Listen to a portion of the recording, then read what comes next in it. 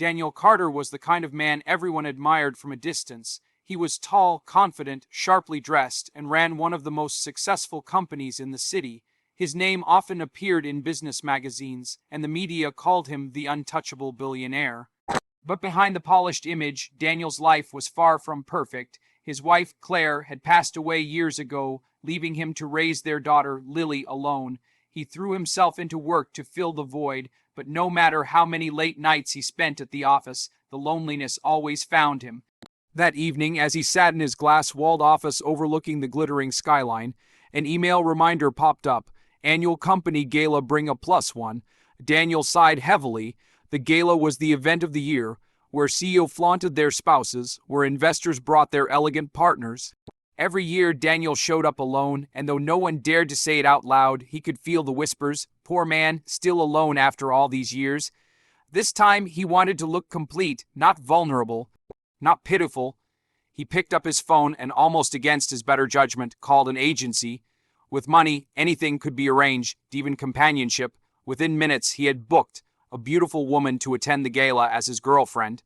It was a practical solution, nothing more. Still, as he leaned back in his chair, a strange hollowness lingered in his chest. At home later that evening, Daniel found Lily sitting on the living room floor with her crayons scattered around.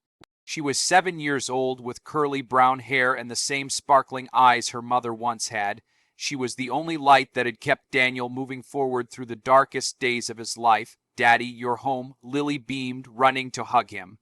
Daniel hugged her tightly, breathing in her innocence, the one place he still felt safe. "You look sad," Lily said, tilting her head. "What's wrong?" Daniel forced a smile. "Nothing, sweetheart, just a little tired. I have a big party to go to this weekend." Lily's eyes widened. "A party? Can I come?" Daniel chuckled. "Not this one, darling, it's for grown-ups, but don't worry, I'll be back quickly." Lily pouted, twirling a crayon between her fingers. Then she asked softly, "Daddy, why do you always go to parties alone? Don't you get lonely?" The question pierced through him. He tried to brush it off. "Well, sometimes I do, but this time I'll take someone." Her little face lit up like sunshine. "Really, that's great, but—" She hesitated, her voice turning serious. "Can she be someone who really likes us, not just pretend?" Daniel froze. His breath caught in his throat. Her words, so innocent yet so wise, shook him to his core. Lily wasn't worried about appearances. She didn't care how beautiful or glamorous someone looked. All she wanted was real love. For a moment, Daniel felt ashamed. He had been about to introduce someone into their lives for the sake of image. Lily's pure heart reminded him of what truly mattered. The night of the gala arrived. Daniel stood in the foyer of his house, adjusting his tie, waiting for the knock at the door. The agency's date would be arriving any moment, a striking woman who would play the part of his girlfriend flawlessly. But before that knock came, Daniel heard the sound of laughter from the kitchen. He followed it and found Lily chatting with Emily, their babysitter and next-door neighbor. Emily was nothing like the glamorous date he had hired. She was simple, kind, and down-to-earth.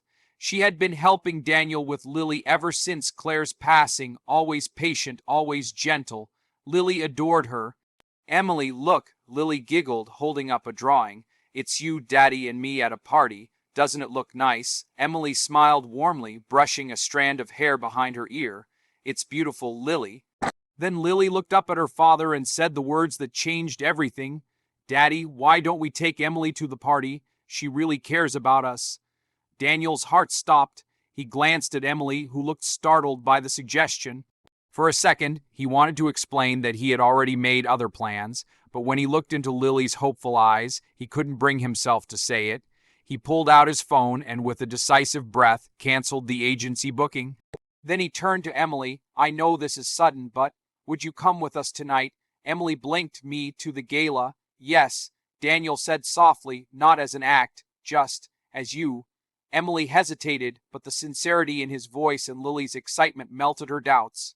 "All right, I'd be honored." For the first time in years, Daniel felt like he was making the right choice, not for his image, but for his family. The grand ballroom sparkled with chandeliers, laughter, and the clinking of glasses.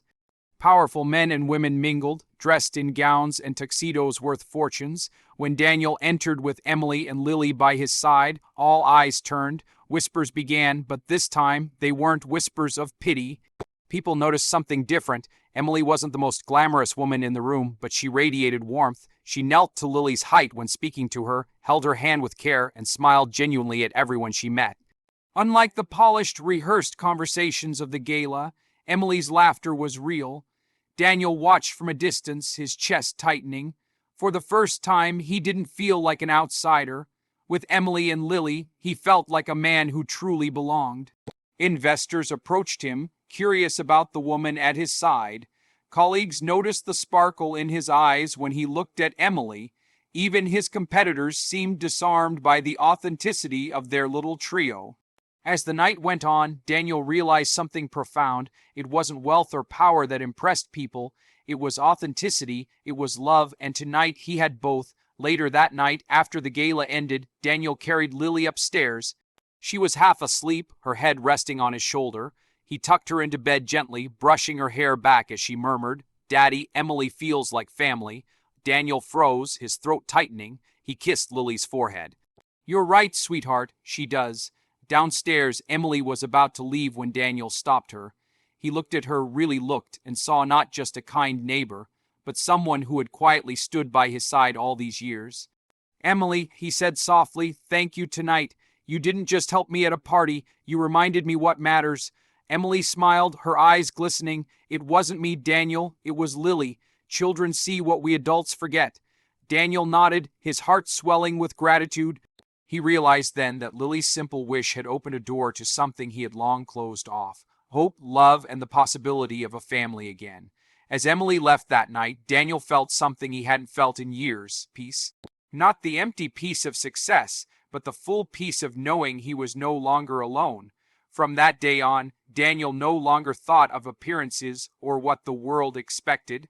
Instead, he focused on the small, genuine moments: Lily's laughter, Emily's kindness, and the warmth of a home filled with love.